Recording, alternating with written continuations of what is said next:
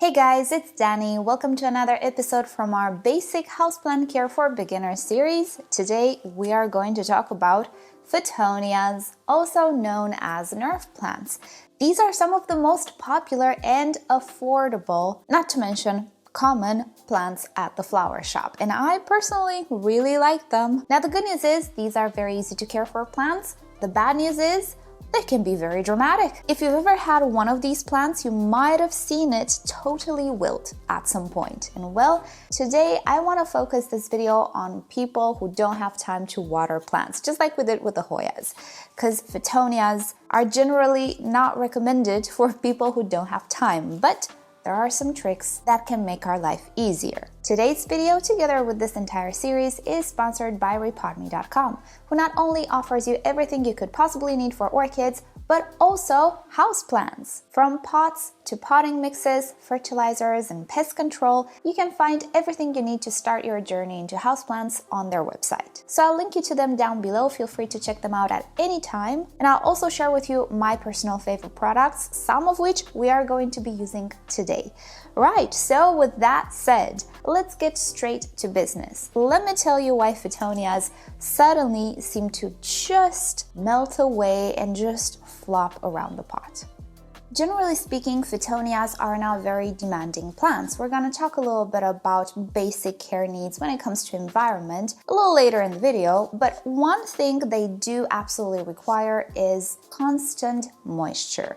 These plants are really not good at preserving water within their structures, like an orchid would be. They tend to lose a lot of water through their leaves. So when the soil becomes just a little bit too dry and there's no more water for the roots to absorb and hydrate the entire plant, then the plant starts to slowly become softer and softer. The water pressure within the stems decreases and they cannot stay upright anymore. Hence why it seems like it's flopping over the pot's edges. The leaves as well become very, very soft. So in the end, a dehydrated Fittonia will look almost dead. Now, don't worry, it is not gone yet. If you catch it early and you properly water the plant, it should bounce back straight away. However, if you let it be for a few days, I can assure you it will eventually dry out and the entire plant will be gone. Or if not completely gone, it will have so many leaves and sections gone that it will not look good anymore. So here is where the difficult part with Fittonias comes in. If you don't have time to water them in time when they require that water, you might actually lose it, or you will have a plant that will just not look good. Now, the solution is actually easier than you think. You don't actually have to invest in humidifiers or having to spray it all the time. If you don't have time to water it, I will assume you don't have time to mist it either. And misting certainly doesn't do all that much. It will prevent the issue for an hour or so, but then the plant will continue to lose water through the leaves, and eventually, even by nighttime, it will be floppy yet again. We need to go to the source, and the source is the potting mix. We need to maintain that potting mix moisture for longer, just to give us time to remember to water this plant. And there is such a pot that we people without a lot of time call our best friend. And this is the self-watering pot, which has a built-in reservoir where water can be stored. And it also has a mechanism to access that stored water and deliver it to the soil.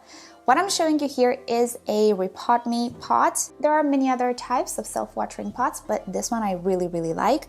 One thing that I did to it, just to make it work a little bit faster in my very, very hot environment, and also to prevent clogging of the ceramic pores, is that I drilled a hole and added a wick to it. It works out much better in my environment. I have a video on how I did that. Check it down below if you're interested. These are details, but just so you know, if you've ever had issues with these types of pots, just drill a hole, put a wick, and problem solved forever, I promise. Alrighty, so let's get to potting.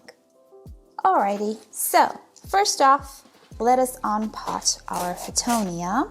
Now, I worked with mine in a terrarium, which I'm gonna show you at the end of the video.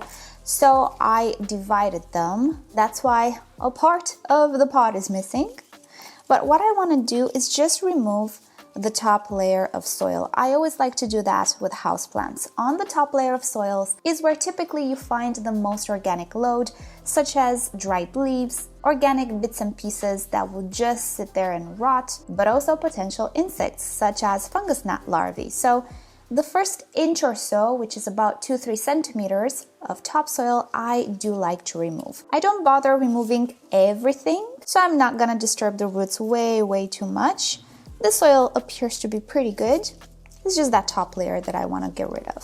The soil that I will be using is just an all-purpose houseplant soil potting mix. These plants are really not finicky when it comes to the soil, as long as it is water retentive and quite airy. We don't want heavy clay soil. So I do have some perlite in my soil. And since we are going to pot in self-watering, I do want a soil that is wicking. So obviously, good quality soils will work better. So what I will do is place a layer of soil on the bottom.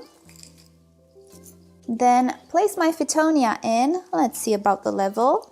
We're good. I want to maintain the same level as in the previous pot. And then I'm just going to place soil around the plant, just like so.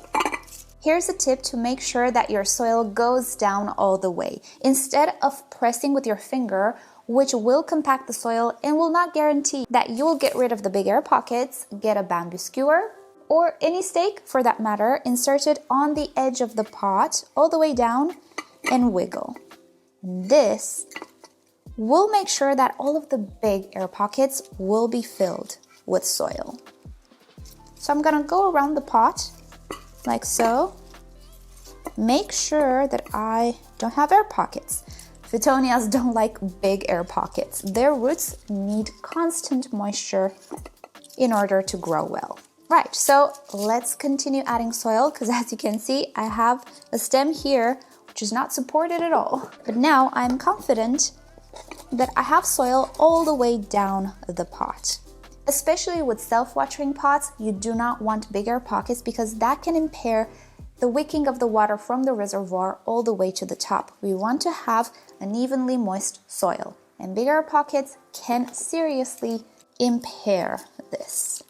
Alrighty, and we are done. I'll get you in a little closer just to show you. I left a little bit of space between the level of the soil and the edge of the pot. This is because whenever we water, that water will create a little bit of a pool before it actually goes down. And if the soil level is too high, you're just gonna spill everything over the pot. So leaving half an inch, 1 centimeter space will make sure you're not gonna damage furniture or just have a pool of water on your shelf or windowsill. And hey, you know what? We are done. It's as easy as that. Let me clear out my table and I'll tell you how to properly water this. Okay, so already we've set ourselves up for success. The first part is over. The second part, watering. It is as important as the setup. There are 2 ways in which you can water a Fittonia planted in a self-watering pot. At the beginning, I recommend that you water from above, just to make sure that that soil arranges itself properly. You can add as much water as to fill the available reservoir. The second way of watering the setup, and I do recommend you do this after the first watering when you need to re-water, is to add water directly in the reservoir and then place the upper pot back. Now, in order for this to work and in order for the soil to absorb that water from the reservoir correctly, we need to make sure that the soil is not completely bone dry.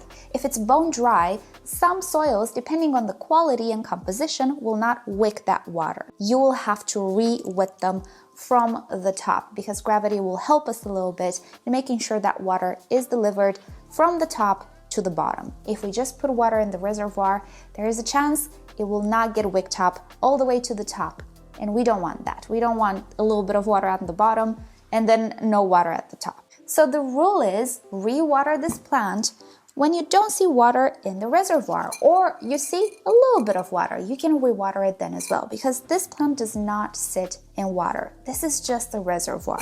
So if at some point you have a little bit of time in your very busy day to top off that reservoir, do so. The reservoir will just make sure that the time in between the waterings is extended. So depending on your environment, the size of the pot, how big the reservoir is, you're gonna find a rhythm and a pattern of rewatering this planter. It can be once a week, once every 2 weeks, or 3 weeks. It really depends on you. But I think it's much better than once every 4 days. Don't you agree? So I hope that this will help you stay on top of watering a lot better. And before I let you go, let's talk a little bit about the basic environmental needs of these plants. Luckily for us, they're not all that demanding. They require a temperature in which we feel comfortable as well. So in between 20 to even 30 degrees Celsius. When it comes to light, they do prefer bright shade or grow lights. What they don't like is hot noon sun on the leaves, just like an orchid. This can actually burn the leaves. I would not put this plant in a very dark place, like under your desk, but I also would not put it in direct sun. So find a place that has very nice indirect light or bright shade, how we call it. It needs regular fertilizer to grow well. If you're using a water-soluble fertilizer, just read the instructions on the label. Each fertilizer will have their own specifics, but keep in mind some all-purpose potting mixes can be already pre-fertilized. So for a period in the beginning of maybe a few months, you don't necessarily need to fertilize. Just make sure, again, that you read the bag of soil that you have. Humidity, they do like humidity, I will have to be honest. These plants are great for terrariums. So if you were fancying the idea of having a terrarium, Fittonias are great. They love the moisture, they love the humidity, but don't worry, if you don't have very high humidity in your home, you don't have to go and invest in humidifiers. You just need to keep this plant hydrated. You don't have to mist it, but if you want to offer some higher humidity, it will not say no, and it might help you keep it from getting dehydrated very fast. And of course, watering, as I was saying, re-water this plant before the medium becomes bone dry. If you see it starting to fall over the pot, that is your cue to water then and there. Do not wait one more day because the situation will only get worse, and it will do so very rapidly. But hopefully with a self-watering pot that you can actually top off from time to time whenever you have a little bit of time, you're not gonna see a melted Fittonia. So that is about it for today's video. I hope you've enjoyed it and I hope you learned something new. Give Fittonias a try. I think you're going to enjoy them even if you live in a very dry and very hot place. So that's it. Thank you so much for watching. Thank you rePotme for sponsoring yet another episode. If you want to keep in touch with me on social media, just search for me. I'm at MissOrchidGirl pretty much everywhere. Check out my shorts channel for shorter versions of these videos and short videos in general, but most importantly, do subscribe to this channel because this is where I post my most in-depth tutorials. So that's it. I hope you have a great day and I'll see you next time. Bye!